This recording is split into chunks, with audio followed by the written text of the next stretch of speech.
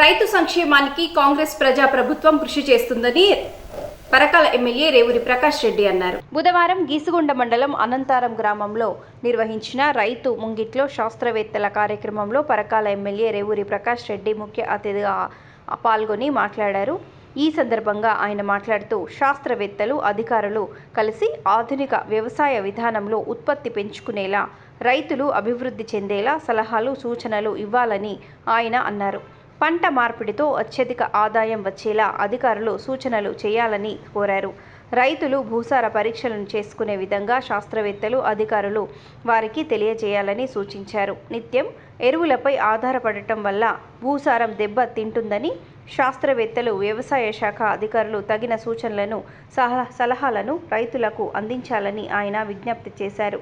రైతులు అధికారుల, శాస్త్రవేత్తల సలహాలు తీసుకోవాలని ఆయన కోరారు.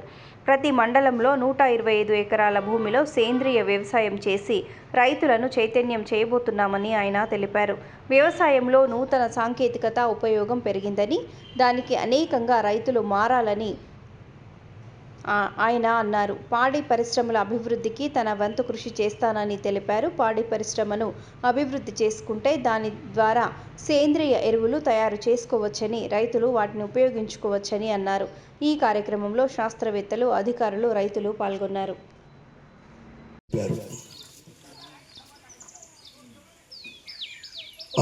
సైంటిస్ట్గా తన అనుభవాలు, మందులు, రసాయనిక ఎరువుల యొక్క వాడకానికి సంబంధించి ఏ మోతాదులో వాడాలి, ఏ విధంగా వాడాలి అనే దాని మీద ఒక అవగాహన కల్పించారు. గ్రహించవలసింది ఏంటి అంటే, ఈరోజు మనం ఎరువులతోటి దిగుబడి పెంచుకుంటూ పోతున్నామని చెప్పి మనం అనుకుంటున్నాం. కానీ రాబోయే రోజులలో ఒక ఉపద్రవం రాబోతున్నది. అంటే భూమి కూడా మొరాయించే రోజులు వచ్చేస్తున్నాయి. నువ్వు ఎన్ని ఎరువులు వేసినా ఇక నేను మండను, నువ్వు ఎన్ని కష్టపడ్డా నాకు నా వల్ల కాదు అనే పరిస్థితికి వెళ్ళిపోతుంది. అంటే దానికి ప్రకృతి సిద్ధంగా ఏ విధమైన బలం కానీ, సపోర్ట్ చేసే యొక్క దాంట్లో ఉండే పురుగులు కావచ్చు, మినరల్స్ కావచ్చు, అదేవిధంగా ఎప్పటికప్పుడు ప్రకృతి సిద్ధంగా లభించే ఎరువు కావచ్చు. ఎరువు అనగానే మనము 2028, 17, 18 లేకుంటే యూరియానో వీటి గురించే మాట్లాడతాం. ఫస్ట్ ఎరువు అనేది, సేంద్రియ ఎరువులు అనేది మనకు అందరికీ తెలుసు. ఇవాళ కొత్త కొత్త పురుగులు వస్తున్నాయి, కొత్త కొత్త రోగాలు వస్తున్నాయి. అయితే చేనుకు రోగం వస్తుంది, మనం మందు కొడుతున్నాము. ఆ పంట తిన్న తర్వాత మనకు రోగాలు వస్తున్నాయి, మనం దవాఖానకు పోతున్నాం. మనం సంపాదించే దాంట్లో సగానికి ఎక్కువ ఖర్చు పెడుతున్నాం. ఈ దిశలో కూడా మనం ఇప్పుడు ఆలోచించవలసిన పరిస్థితి రైతులకు వచ్చిందనే విషయాన్ని మనం గుర్తుపెట్టుకోవాల్సిన అవసరం ఉంది. గతంలో ఉన్నాయి, ఎన్నిట్లు ఉన్నాయి అని అడిగేవాళ్ళము. నాకు 4 నాగళ్ళ వ్యవసాయం ఉన్నది, లేదా రైతు 10 నాగళ్ళ వ్యవసాయం రబ్బాయి అనేది. 10 ఎకరాలు అనే దానికన్నా కూడా 50 ఎకరాల దానికన్నా 10 నాగళ్ళ వ్యవసాయం అంటే పెద్ద పటేలు వ్యవసాయదారుడు అని మాట్లాడేవాళ్ళం. నాగలి దున్నడమో, పాలు రావడమే అనేది కాదు ఈడ.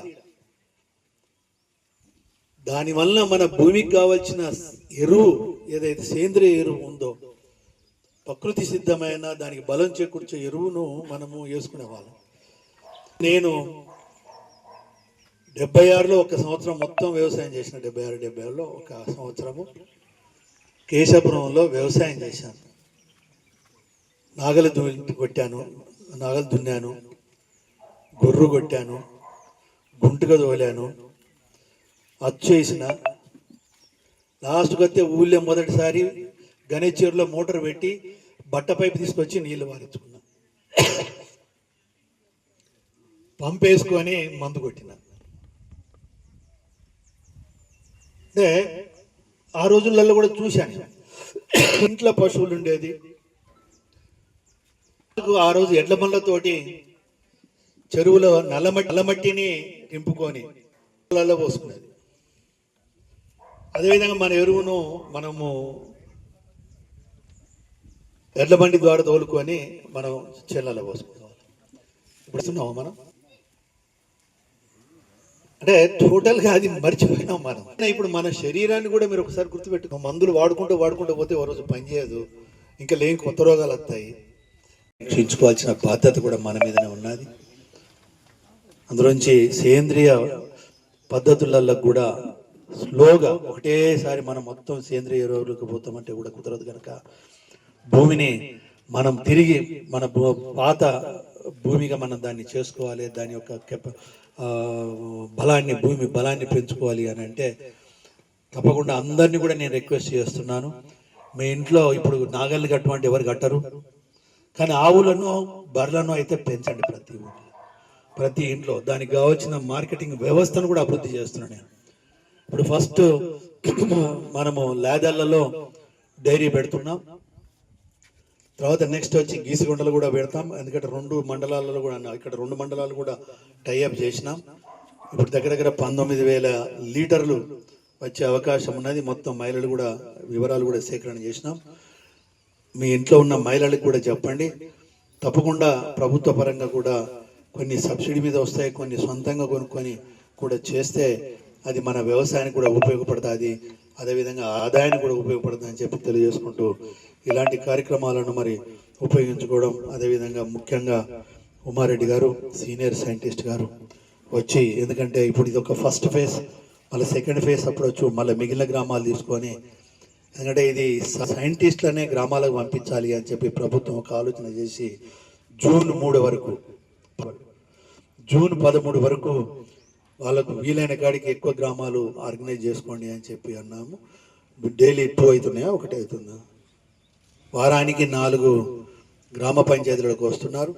తొందరలోనే మిగిలిన గ్రామ పంచాయతీలు కూడా షెడ్యూల్ చేసుకుంటారు. వాళ్ళు ఇచ్చిన సూచనలు విగ్రహాలు కూడా ఎవరైనా ఇంట్రెస్ట్ ఉన్న ఫార్మర్స్ ముందుకు వస్తే వాళ్ళకు ప్రభుత్వ పరంగా వాళ్ళకి సహకారం అందుతుంటుంది కనుక దాన్ని ఒక దగ్గర అయితే ఇంకా బెస్ట్. అందునుంచే నేను మళ్ళీ రేపు మీటింగ్ సింగిల్ విండోస్ ఉన్నాయి. సింగిల్ విండోస్ ఇప్పటివరకు ఏంటంటే వడ్లు ఎంత కొంటున్నాం, ఎరువులు ఎంత అమ్ముతున్నాం అంటే ఒక వ్యాపార దృక్పథంతో పోతున్నాయి. అందులోంచి మొత్తము సింగిల్ విండోస్ కూడా నేను రివ్యూ చేసిన, మీరు చూసి ఉంటారు. మీ ఊకల్ సొసైటీకి వచ్చాను, మీ గీసుకొండ సొసైటీకి వచ్చాను, అదేవిధంగా సంఘం సొసైటీ, అదేవిధంగా మన కాపుల కనపర్తి సొసైటీ, అన్ని సొసైటీలు తిరగడమే కాకుండా సొసైటీ అంటే అర్థం ఏంటిది అనేది కూడా ఎవరికి కూడా సక్రమంగా చెప్పలేకపోయింది కనుక ములకనూరు ట్రైన్కి కూడా పంపించిన బస్ సౌకర్యాలు ఇచ్చి ములకనూరు సొసైటీ ఫార్మర్స్ యొక్క అభివృద్ధిని దృష్టిలో పెట్టుకొని పనిచేస్తున్నారు. ఎంతమంది ఉమారెడ్డి గారు చెప్పిండ్రు, ములకనూరు ప్రాంతంలో సొసైటీలో ఉన్న సభ్యులు విత్తనాలు కొనుక్కోరండి, విత్తనాలు పండిస్తారు. విత్తనాలు పండించి సొసైటీకి ఇచ్చి సొసైటీ ద్వారా వ్యాపారం చేస్తున్నారు. నేను కూడా ములకనూరు వడ్లే తీసుకొచ్చుకుందామని అంటే అంత నమ్మకం ఫార్మర్స్లలో కూడా పెరిగింది. వాళ్ళకి ఎన్ని రకాల సొసైటీ అవకాశాలు ఇచ్చిందంటే వ్యవసాయ ఆధునిక పద్ధతులలో వాళ్ళకు శిక్షణలు ఇస్తున్నారు. ప్రతి ఒక్క కమతాంకు అంటే ఒక ఏరియాకు వాళ్ళే స్వయంగా సొసైటీ ద్వారా వ్యవసాయం మీద నిపుణులైన వ్యక్తులను కూడా రిక్రూట్ చేసి కూడా అందిస్తున్నారు. వాళ్ళ పిల్లలకు మంచి చదువులు చెప్పిస్తున్నారు. చనిపోతే కొంత ఆర్థికపరమైన సహకారం, ఇన్సూరెన్స్ ఇస్తున్నారు. వాళ్ళకు మార్కెటింగ్ అంటే నువ్వు బయట పోయి అమ్ముకుంటే 10 రూపాయలకు అమ్ముకుంటే వాళ్ళ దగ్గర అమ్ముకుంటే 12 రూపాయలు వస్తున్నాయి. అట్లనే మురకలు డైరీలో బయట మనం అమ్ముకుంటే వచ్చేదానికన్నా మళ్ళీ బోనస్ రూపాయన మళ్ళీ లీటర్కి 6 రూపాయలు యాడ్ అవుతున్నాయి.